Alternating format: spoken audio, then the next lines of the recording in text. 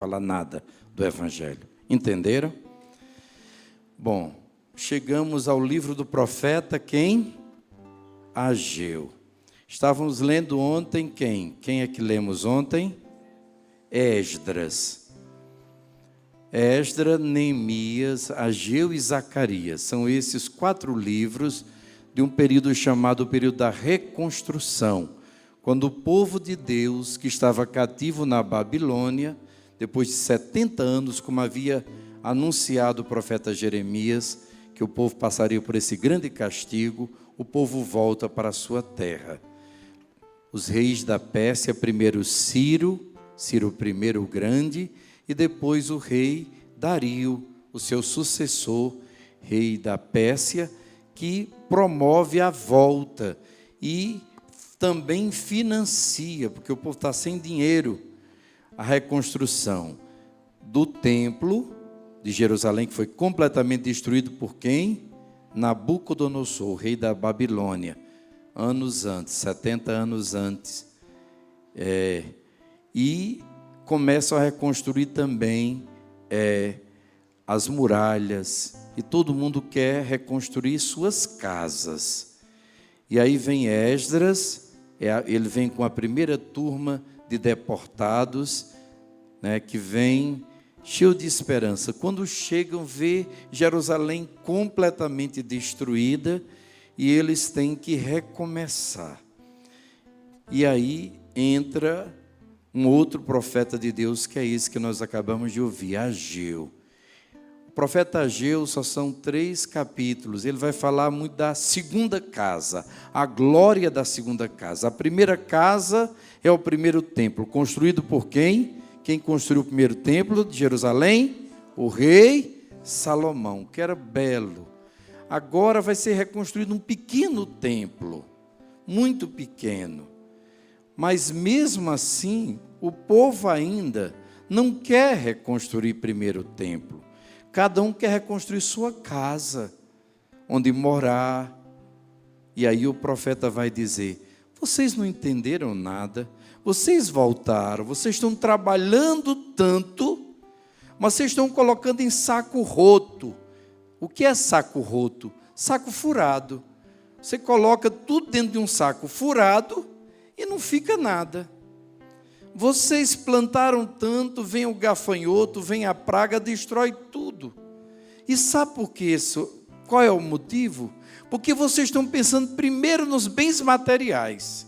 Vocês estão pensando cada um em vocês. E vocês têm que dar o primeiro lugar a Deus.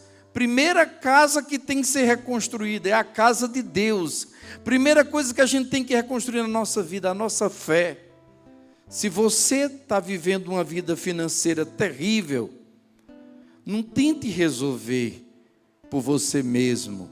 Você vai atrás de soluções fáceis, de agiota. Aquilo vai virando uma bola de neve. Você paga 1 e deve a 10.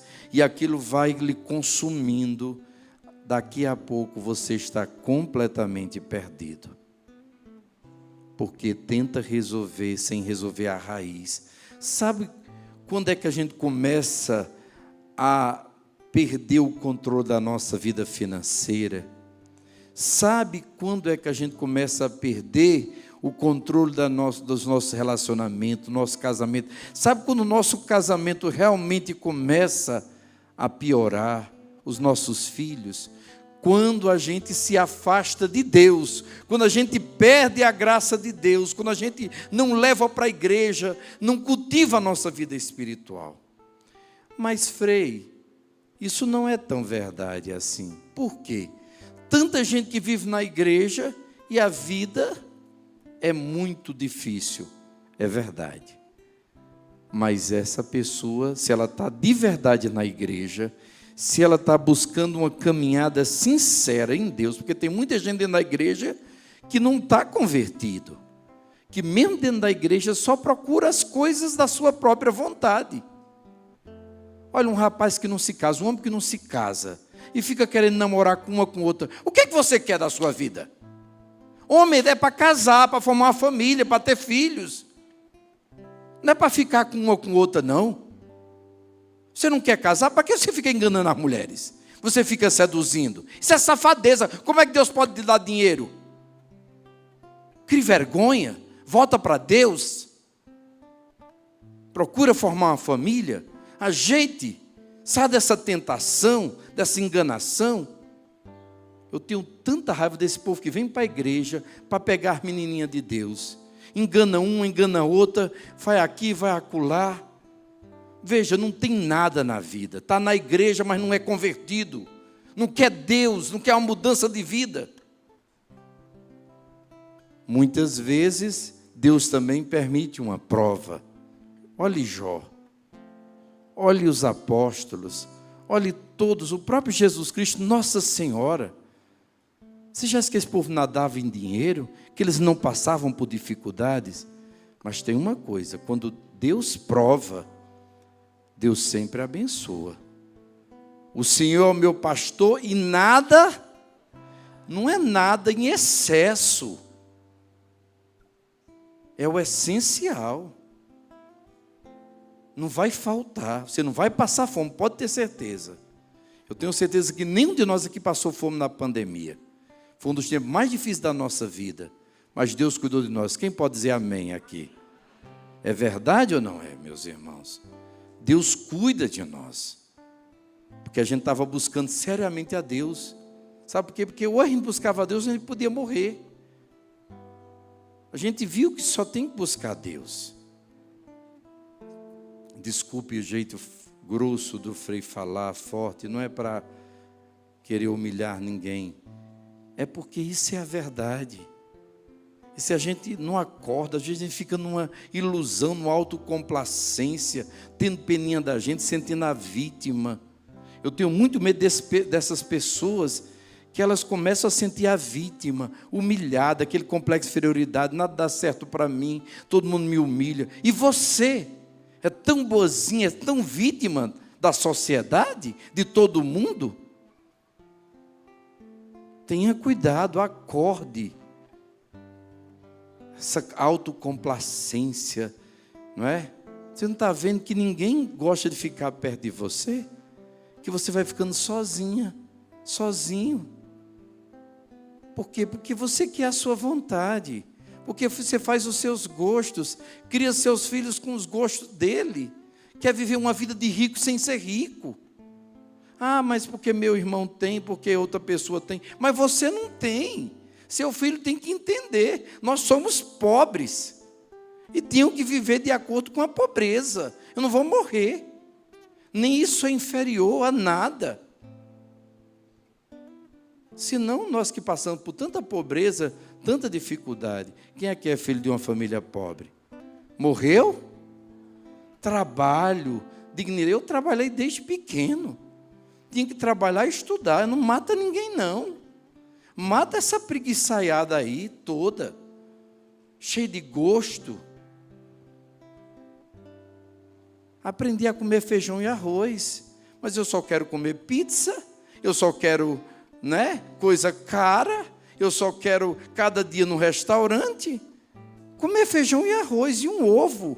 E está maravilhoso. Feito com amor e sustenta. Não vou morrer porque não tenho pizza. Não, meu filho não vai comer só feijão e arroz. Pois ótimo, dê tudo a ele e fique com um cartão de crédito cheio de dívida. Eu quero ver o que vai acontecer com você.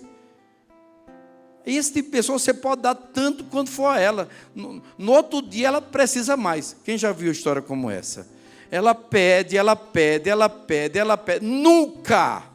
Não tem, não para no emprego, não tem jeito. É uma pessoa que entra numa compulsão tão grande por dinheiro. Ela quer ver uma vida que não é dela. Quer ver no mundo dela.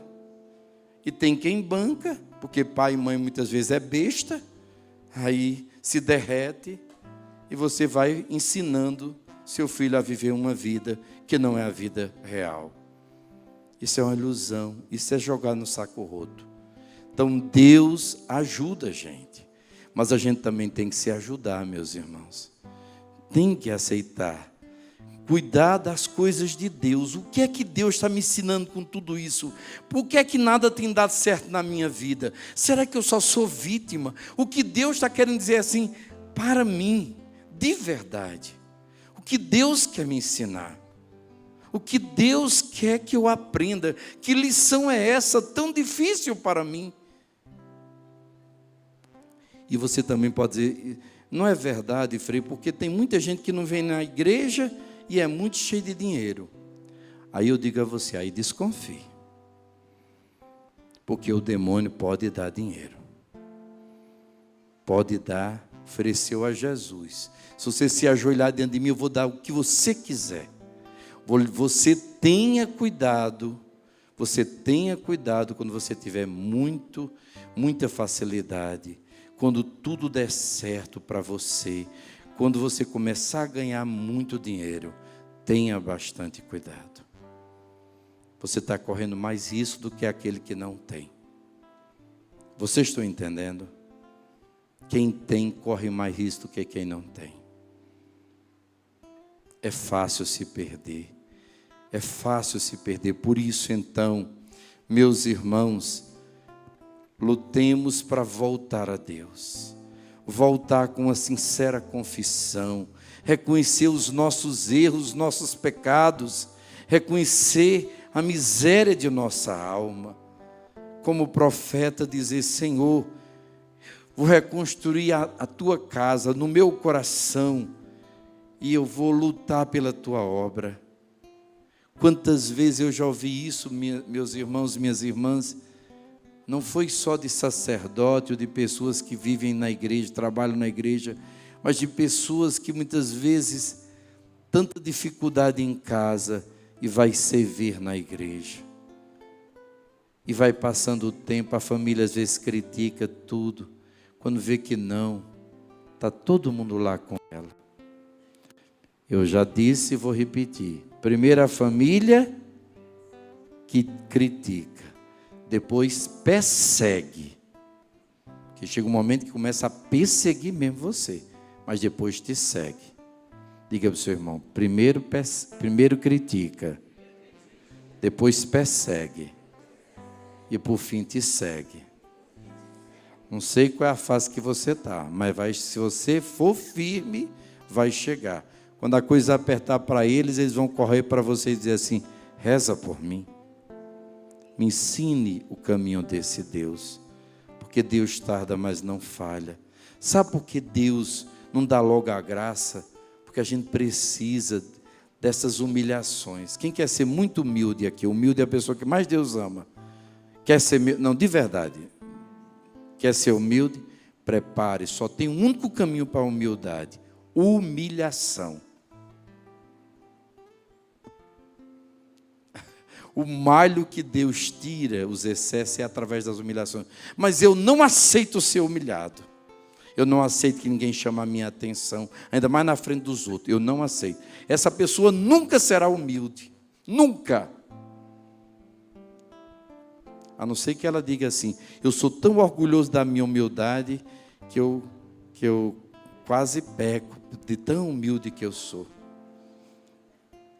Aí já perdeu tudo, não é? Entenderam, meus irmãos? Nós vemos isso no evangelho de hoje. Herodes tinha tudo para ser um grande homem. Deus mandou quem a Herodes? João Batista. Herodes sabia que João Batista era um homem santo, sim ou não? Sabia que era um homem de Deus, mas Herodes não quis. O que é que Herodes queria? Herodes queria ouvir João, sentia, mas tinha a fraqueza sexual. Olhe por quem ele foi se apaixonar. Por uma pessoa pior do que ele, mas era a sua própria o quê? Cunhada. Olha, gente, se a gente não tiver cuidado, homem e mulher, com a sexualidade, a gente faz muita miséria. Meu primeiro diretor espiritual dizia assim, olha, vocês, nós éramos todos jovens, vocês entendam de uma vez por todas, a sexualidade é uma bomba dentro de cada um de nós. Se a gente não desarmar ela e controlá-la, ela faz um bocado de estrago na nossa vida. Herodes escutava João Batista dizer: olha, isso é um adultério, isso é um ato terrível, Deus lhe deu o reino inteiro a você, você agora está ficando com a mulher do seu irmão, com a sua cunhada. Herodíades é aquela pessoa falsa e perversa. Ela sente ódio de você porque diz a verdade. Tem gente que é assim. Ela não pode lhe matar agora, ela se faz até de amiga, mas ela vai armar um plano para tentar difamar, para tentar lhe matar. O pior tipo de pessoa é a pessoa falsa. Mas quem é fraco termina caindo na mão dessas pessoas falsas. Aí o que Herodes fez? Gosta muito de vaidade, de ser aplaudido. Vamos fazer uma festa, Herodes, para você maravilhosa. Sim. Pega a própria sobrinha, filha do seu irmão, que é como uma filha para ele, Maria Salomé, e faz com que ela dance. Uma menina por volta de 16, 17 anos, de menor, pedofilia, ainda mais sobrinha. Você veja, a pessoa perde o limite. Primeiro é a cunhada, depois é a própria sobrinha. Ou a pessoa vai ficando um bicho. A pessoa vai perdendo o controle. Se ela não se converte, ela vira um bicho. Não respeita mais nada nem ninguém. Você vai cuidar daqui a pouco, é o próprio filho. Vocês sabiam que tem muito pai e mãe que tem relação com o próprio filho em casa? Desde criança. Ensina o filho, a filha, a ter relação com ele e com ela. Os maiores abusadores muitas vezes estão dentro de casa. Isso existe, meus irmãos, e é uma coisa terrível. A pessoa perde o controle de tudo. A pessoa perde o controle de tudo, porque se afastou de Deus. Ela vai cegando, ela vai se obstinando. E aí a menina dança, e a pessoa já está bêbada, e aí junta a fraqueza com a cachaça aqui. Porque o álcool é tão terrível, porque ele inibe a sua parte moral, o seu medo. Tem gente que é fraca e tímida, quando bebe, perde a vergonha, começa a fazer besteira. Tenha cuidado com a festa. Foi para uma festa que João Batista perdeu a cabeça, né? Chegou lá, a menina dança, o velho, e tem que ter cuidado. A gente pensa assim, nós homens, né? Que com o passar dos anos a gente fica mais calmo. Se você não foi casto na sua juventude, na sua idade adulta, quando chegar a velhice, é um transtorno. Sabe aquele velho que fica incontrolável? Ele fica pegando nas mulheres. Ou então muitos até que caem em outros vícios, tem relação com qualquer tipo de pessoa. É uma coisa medonha. São coisas que a gente às vezes não presta atenção, mas quem tem família às vezes sabe e vive essas situações. A pessoa não se controlou, não cuidou na idade. Quando chega na velhice é muito pior. E aí a menina dança, ele fica louco e diz: eu vou lhe dar até o que é que você quer para ter uma noite comigo. Imagina um tio dizendo isso para uma menina, na frente dos convidados: eu te dou até a metade do meu reino. Olha a loucura. Eu já ouvi pessoas dizer assim: Frei, naquela hora da tentação para ter uma pessoa, eu daria até minha alma ao inferno. Sabia que ia para o inferno, mas não queria saber. É uma loucura, meus irmãos. Tenha cuidado.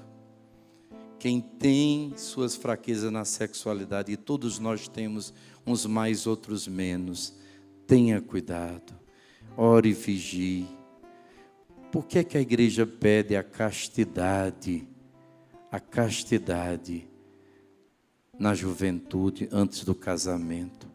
Porque se você não tiver castidade, você imagine, você rapaz, se você não preparar a sua noiva, aí você se casa, acontece um acidente, você vai ter que ficar enfaixado da barriga até os pés, uns 3, 4 meses, sem ter uma relação sexual. Se você viciou a mulher, e a mulher vicia mais em sexo do que o homem, a gente sabe disso. Olha a quantidade de pessoas que vivem do comércio sexual. É mais mulher do que homem. Não é tirando a dignidade das mulheres. Vocês estão entendendo, não é, gente? É um dado que eu estou dizendo. Porque vicia. Você viciou sua esposa, ela não vai aguentar ficar 4 meses sem um ato sexual. Ou seja, você estava pensando que estava ganhando vantagem, ensinar a sua futura esposa, a futura mãe dos seus filhos, a viver uma vida sem castidade. Você estava colocando ela e o seu casamento em risco. E bota a mão na consciência, foi você, talvez ela era uma menina tão pura, foi você que tirou a pureza da sua futura esposa. Foi você que ensinou a ela tanta miséria. Confissão, arrependimento, contrição e entender por que é que a igreja pede a castidade. Meus irmãos, infelizmente, Herodes não pensou nada disso. E ela vai, é aquele pau mandado pela mãe, aquela mãe dominadora, sabe? Como é terrível uma mulher dominadora. Ô mães, não sejam assim não. Não queira dominar seus filhos, controlar tudo. É tão terrível isso. Você vai ter filhos fracos. E depois eles vão ter ódio de você. E depois, se não der certo no casamento, vão sempre lhe culpar. Porque você controlou, você não amou. Você não criou eles para a liberdade, para a autonomia. Como é triste uma mãe dominadora. Mãe, o que é que eu devo fazer? Ele me ofereceu até a metade. Nada disso. Nós queremos a cabeça de João Batista. Vai lá, peça num prato. Trocou a metade do rei. Aquela mulher podia ser uma rainha, podia ser muito poderosa. Mas não quer calar que ele diz a verdade. Não tem prazer nem nada, só não quer que ninguém fique dizendo, mostrando a culpa dela, como se a pessoa tivesse culpa, como se isso fosse mudar alguma coisa na vida dela. Tem gente que está tão no erro, e quando você fala a verdade, elas te odeiam. Devia se odiar, porque só estou mostrando a você o que está acontecendo com a sua vida, o que você está fazendo com a sua vida. Não tenha raiva de mim, tenha raiva de você, das suas escolhas. E use isso para você mudar. Não, temos que acabar com João Batista. Corte a cabeça dele e traga aqui num prato. E lá vai a menina e João Batista morre. E o que é que resolveu? Remorso. Herodes começa a escutar o evangelho de hoje, né? Herodes começa a escutar sobre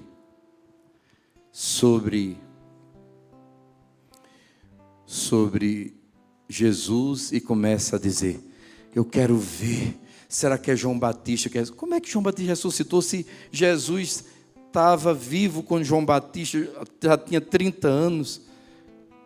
Não, é João Batista, é a culpa. Gente, quando a gente faz as coisas erradas, a culpa fica, o remorso fica. É uma doença tão terrível. Agora estão tentando aprovar o aborto no Brasil. Mas isso pode ser diante da lei. Você não vai ser penalizado diante da lei dos homens. Mas diante da lei de Deus e diante de você mesmo. Você sabe que é um ato terrível tirar a vida de um ser inocente. Se a minha mãe tivesse me abortado, eu não estaria hoje aqui, não seria padre. Você podia ter só 5 dias de vida lá na concepção, não é nada, não é ninguém, uma semana que seja. Se isso é tão claro, é tão lógico. Se ela tivesse abortado, acabou-se, e eu nem você nem existiria. Engraçado, só não quer que nasça quem já está vivo, né? Por que sua mãe não tomou um remédio? Hoje nós não teríamos nesse problema. Por que não abortou? Por que você não quis ser abortado? Não, os outros, nós temos que decidir quem nasce e quem não nasce. É terrível. É a iniquidade, é o pecado. Mas está tão pesada essa homilia, não está, do Frei? É a verdade que liberta. Mas só liberta quando a gente confia nessa misericórdia. Por isso eu queria que vocês pegassem o livro de Tobias.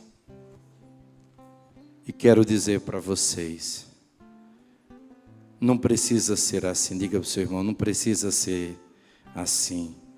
Existe outro modo de viver. Deus é misericórdia. Deus é misericórdia, meus irmãos. Se você pegar o livro de Tobias, você vai ver o que é uma pessoa exemplar diante de Deus. Tobit, um homem bom, um homem que só vive para ajudar os outros, para fazer o bem, um homem fiel. Quando todos da sua casa, da sua família vão, da sua tribo vão adorar outros deuses, ele permanece fiel. Ele ajuda os pobres, ele é pobre, mas ele esquece de si. Ele tem amizade com todo mundo, até com o rei.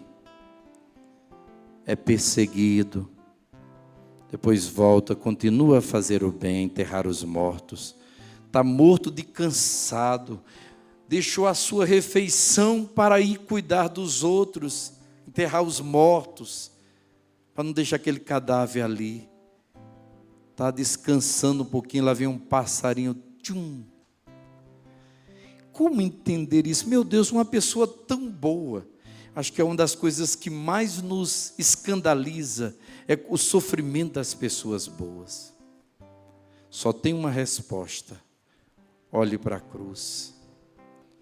O sofrimento de uma pessoa má, como Herodes vimos agora, como foi terrível o final da vida de Herodíades, de Maria Salomé, não é? Porque é um sofrimento em vão, é um sofrimento terrível, só leva à loucura, ao remorso e à morte. Mas o sofrimento de João Batista, o martírio dele, o martírio de Jesus, o martírio de uma pessoa boa. Quem teve aqui uma mãe e um pai tão bons, mas sofreram tanto, passaram tantas dificuldades, levante a mão, ou passam. Esse sofrimento é salvífico, meus irmãos. Esse sofrimento é glória. Não é um sofrimento que leva à loucura. Ele, imagina que é um homem, um pai de família, se vê sem nada, dependendo do favor da mulher que trabalha, e ele agora é dentro de casa cego. E ele então pede a Deus, e a mulher fica nervosa, e ele nervoso, e diz alguma coisa, ela xinga e amaldiçoa ele. Ele então pede a Deus para morrer. E como sabe que não quer deixar a família desamparada, tem um dinheiro para receber que ele emprestou, ele pega o seu filho, que vai atrás de um companheiro, para o conduzir até um lugar muito distante, para trazer aquele dinheiro que ele emprestou de volta. E aí é onde entra a providência de Deus, que Deus coloca o arcanjo São Rafael, revestido da pessoa de quem? De Azarias. Parece um homem, mas na realidade é o anjo do Senhor. Deus nunca abandona o seu. Diga para o seu irmão, Deus nunca lhe abandonará. Na alegria ou na tristeza, na saúde ou na doença, Deus sempre estará contigo. Às vezes você não vê, às vezes você não sente, às vezes parece que tudo está indo mal, mas a sua libertação, como a libertação de Tobit e de toda a sua família, está se desenvolvendo. E aí o pai dá os conselhos e começa a jornada. E aí existe uma outra moça, uma moça de Deus, que já casou com 6 rapazes, mas no dia de consumar o casamento, consumar o casamento, um demônio chamado Asmodeu mata os esposos. Como é o nome dessa mulher? Sara. E o anjo fala dela para Tobit. Tobit tem muito medo, porque ele já ouviu falar dessa história. Ele é até parente de Sara. E ele tem direito também de se casar com ela, mas ele tem muito medo. Eu queria que você abrisse aí no capítulo 7 para você ver como é forte isso. Capítulo 6 de Tobias, 6. Tobias é o filho de Tobit. Replicou para o anjo, que era Azarias, que era o ancião Rafael. Ouvi dizer que ela já teve 7 maridos. Estão vendo aí? 6, 14. Estão vendo? Teve 7 maridos e que todos morreram. Disse mesmo que foi um demônio que os matou. Por isso eu temo que o mesmo venha a acontecer a mim, que sou filho único, e desse modo faça descer lamentavelmente a velhice de meus pais à habitação dos mortos. O anjo respondeu-lhe: ouve-me e te mostrarei sobre quem o demônio tem poder. Quem quer saber aqui sobre quem o demônio tem poder? Quem quer? Eu acho que isso é muito importante. Sobre quem o demônio tem poder. Por isso que o demônio tinha poder sobre Herodes, sobre Herodíades, sobre a menina Salomé. Por quê? Versículo 17. São os que se casam banindo quem? Deus de seu coração, de seu pensamento, e se entregam à sua paixão como o cavalo e o burro, que não tem entendimento. Sobre esses o demônio tem poder. Queria até que o nome dessa segunda parte fosse a homilia proclamada, viu, Silvinho? E colocasse: sobre quem o demônio tem poder. É sobre os que se casam, banindo Deus, não tem o temor de Deus. Não se casam para formar uma família, se casam pela paixão do sexo. Nem se casam na igreja, se unem, se juntam e se entregam ao sexo como jumento, como burro, como animal no cio. Sobre esses o demônio tem poder. A gente fica muito preocupado se alguém está fazendo bruxaria para a gente. E devemos ter um pouco de cuidado, não é? Mas se Deus é por nós, se você está na graça de Deus, uma pessoa fazer bruxaria para você, aquilo cai sobre você? Não. Volta e bate, e volta para aquela pessoa que fez. Ai de quem tocar num consagrado de Deus. Está lá na palavra de Deus. Salmo diz isso. Ai de quem tocar num sacerdote. Está em estado de graça. Tudo que você desejar para ele, volta para você, para a sua família, para os seus filhos. Eu já vi muita família se desgraçar. Até cidades que quiseram matar um sacerdote, porque quiseram expulsar um sacerdote. É um consagrado de Deus. Você está lutando contra o próprio Deus, contra quem está ali fazendo a vontade de Deus. Meus queridos irmãos, vocês sabiam, isso é um sacerdote. Se for bispo é excomungado, se for o papa nem se fala. Quem atentar contra a vida de um bispo está excomunhão. Sabiam disso? Excomunhão. Para você ver como é sério essas coisas. Bom, voltando, ele diz, aqui está o segredo: tu, porém, quando te casares e entrares na câmara nupcial, viverás com ela em castidade durante 3 dias, e não vos ocupareis de outra coisa senão de orar juntos. Na primeira noite queimarás o fígado do peixe e serás posto em fogo o demônio. Na segunda noite serás admitido na sociedade dos santos patriarcas. Na terceira noite receberás a bênção que vos dará filhos cheios de saúde. Passada a terceira noite, te aproximarás da jovem no temor do Senhor, mais com o desejo de ter filhos que com o ímpeto da paixão. Obterás assim para os teus filhos a bênção prometida à raça de Abraão. Palavra do Senhor. O arcanjo Rafael nos ensina a ficar livre de toda maldição. Existia um demônio que matava os maridos. É um dos piores demônios do inferno. Ele detesta os casamentos, porque o que Deus uniu, o homem não separa.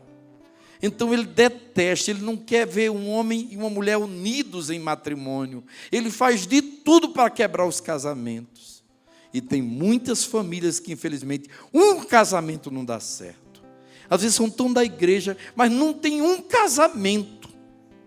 Ou ficam viúvas, ou o marido separa, ou não casa. Não tem um casamento que preste. Um. E o que tem, às vezes, é na base de muita oração. Isso é um sinal de maldição. Isso é um sinal que Asmodeu está agindo nessa família. Precisa de libertação. Precisa de alguém que leve a sério, que comece esses casamentos agora em Deus. Essas 3 noites Tobias que a gente sempre fala. 3 dias de oração antes de consumar o casamento. Leve a sério. Leve a sério, em nome de Jesus. Primeira noite, pedir perdão por todos os pecados da vida sexual passada e de toda maldição que tenha na casa, na família, paterna e materna em relação a casamentos. Segunda noite, pedir para ser admitido na sociedade dos casais santos, como Santa Zélia e São Luís Martin, como Nossa Senhora e São José, como Zacarias e Isabel, como Abraão e Sara, como Tobias e Sara. Todos esses casais santos, tanto da Bíblia como na história da igreja. Como agora o casal Ullmann, né? Que foi fuzilado pelos nazistas porque esconderam judeus para ser salvos na Segunda Guerra Mundial. E agora foi canonizado toda a família, inclusive um nascituro, que ela estava grávida quando foram. São os casais santos de Deus. Imagine que alegria, toda uma família. Isso é o Papa Francisco, viu, gente? Mostrando que o casamento não é uma instituição sagrada, deixada por Deus. Por fim, meus irmãos, enquanto Sara e Tobias seguiam, como o arcanjo tinha falado, o arcanjo vai lá, pega o dinheiro, volta. Tobias volta com Sara, apresenta sua esposa, é o instrumento da cura do seu pai. Ele traz um óleo de peixe e coloca sobre os olhos do seu pai fica curado. E no final, é um dos textos mais bonitos. Pega aí o livro de Tobias, com isso eu termino sobre São Rafael. Eu sei que eu fui lá e fui cá, não é? Versículo 12. Então Tobite chamou seu filho e lhe disse: que havemos de nós de dar a esse santo homem que te acompanha? Ainda pensou que é um homem. Meu pai, respondeu ele, que gratificação lhe havemos de dar? Versículo 3, ele levou-me e trouxe com boa saúde, foi receber o dinheiro de Gabael, fez-me ter uma mulher e afugentou dela o demônio, encheu de alegria os seus pais, livrou-me de ser devorado pelo peixe, e fez-me rever a luz do céu, e feite a cura do pai, né? Rever a luz do céu. Enfim, ele cumulou-nos de toda sorte de benefícios. Que presente poderia igualar tudo isso? Rogo-te, meu pai, que lhe peça ser digno aceitar a metade de tudo que trouxemos. Chamaram-no, pois, o pai e o filho, e trouxeram-lhe a parte. Rogaram-lhe que aceitasse a metade de tudo que tinha trazido. Então, eu queria que quem está aí com a Bíblia, vamos ler juntos. Então lhe falou discretamente, é Azarias ou São Rafael. Vamos juntos? Bendizei o Deus do céu e dai-lhe glória, diante de todo ser vivente, porque Ele usou de misericórdia para convosco. Se é bom conservar escondido o segredo do Rei, é coisa louvável revelar e publicar as obras de Deus. Boa coisa é a oração acompanhada de jejum, e a esmola é preferível aos tesouros de ouro escondidos, porque a esmola livra da morte, ela apaga os pecados e faz encontrar a misericórdia e a vida eterna. Está aqui a esmola, marque isso. O pecado, não, desculpe, aquele, diga bem forte o 10, aqueles, porém, que praticam a justiça e o pecado, são os seus próprios inimigos. Quando eu faço mal, eu estou fazendo mal primeiramente a quem? Bata no peito, a mim mesmo. Vou descobrir-vos a verdade, sem nada vos ocultar. Olha aqui, escute agora. Quando tu oravas com lágrimas e enterravas os mortos, quando deixavas a tua refeição e ias ocultar os mortos em tua casa durante o dia para sepultá-los quando viesse a noite, eu apresentava as tuas orações ao Senhor. Mas porque eras agradável ao Senhor, foi preciso que a tentação te provasse. Agora, o Senhor enviou-me para curar-te, livrar-te e livrar do demônio Sara, mulher do teu filho. Eu sou quem? O anjo Rafael, um dos 7 que assistimos na presença de Deus. Ao ouvir essas palavras, eles ficaram fora de si, tremendo, prostraram-se com o rosto por terra. Mas o anjo disse: a paz seja convosco, não temais.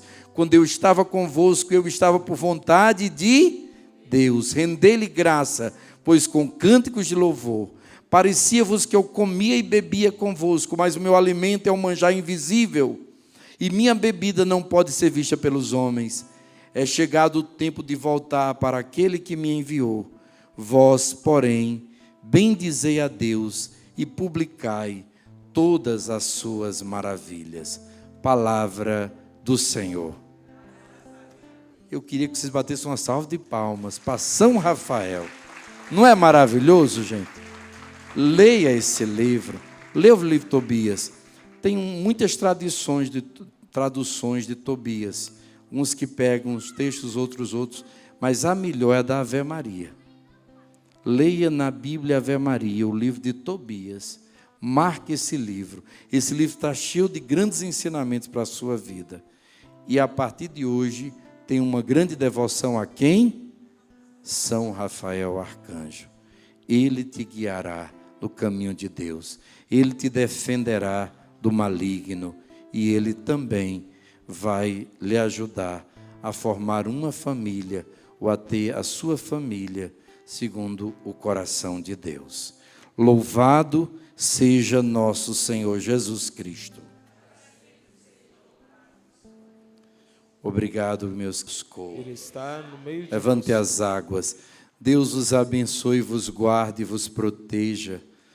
Abençoe e santifique estas águas, criaturas vossas, que vamos usar confiantes para implorar o perdão dos nossos pecados e alcançar a proteção de vossa graça contra toda doença e cilada do inimigo. Concedi, ó Deus, que jorre sempre para nós as águas da salvação, para que possamos aproximar de vós com um coração puro e evitar todo o perigo do corpo e da alma, em nome do Pai, do Filho e do Espírito Santo. Maísa, quanto é? Deus abençoe também sal, velas, textos, medalhas, fotografias de pessoa, documentos, a chave do seu carro. Levante aí a chave do seu carro. Deus abençoe sua volta para casa, seu sono. Quem tem passado sono muito intranquilo, levante alta a mão, com dificuldade de dormir. Deus dê um sono tão tranquilo e restaurador hoje. Obrigado. Deus lhe... Obrigado, minha filha. Deus abençoe também suas mãos. Eu gosto muito de abençoar suas mãos. Tem alguém pedindo aqui a graça de um trabalho para si ou para outra pessoa? Levante a alta mão. Deus a abençoe. Deus abençoe sua vida. Quem tem passado muito problema de intestino, mas é muito incômodo, levante a mão, não tenha medo não. Deus está lhe abençoando. Também pode ser uma coisa, muito você bebe água, essas águas às vezes não são tão boas, então pode ser ameba, outro verme, às vezes muitas coisas e tem que tomar uma medicação específica. Faça esse exame de fezes assim e veja um bom médico, né? Um bom médico, eu digo também, doutor Fabrício, aqui doutora Ana Laura, que é uma pediatra de mão cheia, tantos médicos bons, mas tome, você vai ver que vai resolver, em nome de Jesus. Você que está esperando tanto um dinheiro chegar, você receber esse dinheiro, resolver tanta questão, e todo mês parece que vai chegar e não chega, vai chegar. Quantos dias falta para terminar setembro, gente? Só 2 dias. Se não for agora, nesses 2 dias, até sexta-feira, amanhã, né? Não é? Se não for amanhã, vai ser logo nos primeiros dias, passando o final de semana, logo nos primeiros dias de outubro. Amém? O Senhor esteja convosco. Deus os abençoe e vos guarde. Amém. Ele vos mostre a sua face e se compadeça de vós. Amém. Ele volva para vós se olhar e vos dê a sua paz. Amém.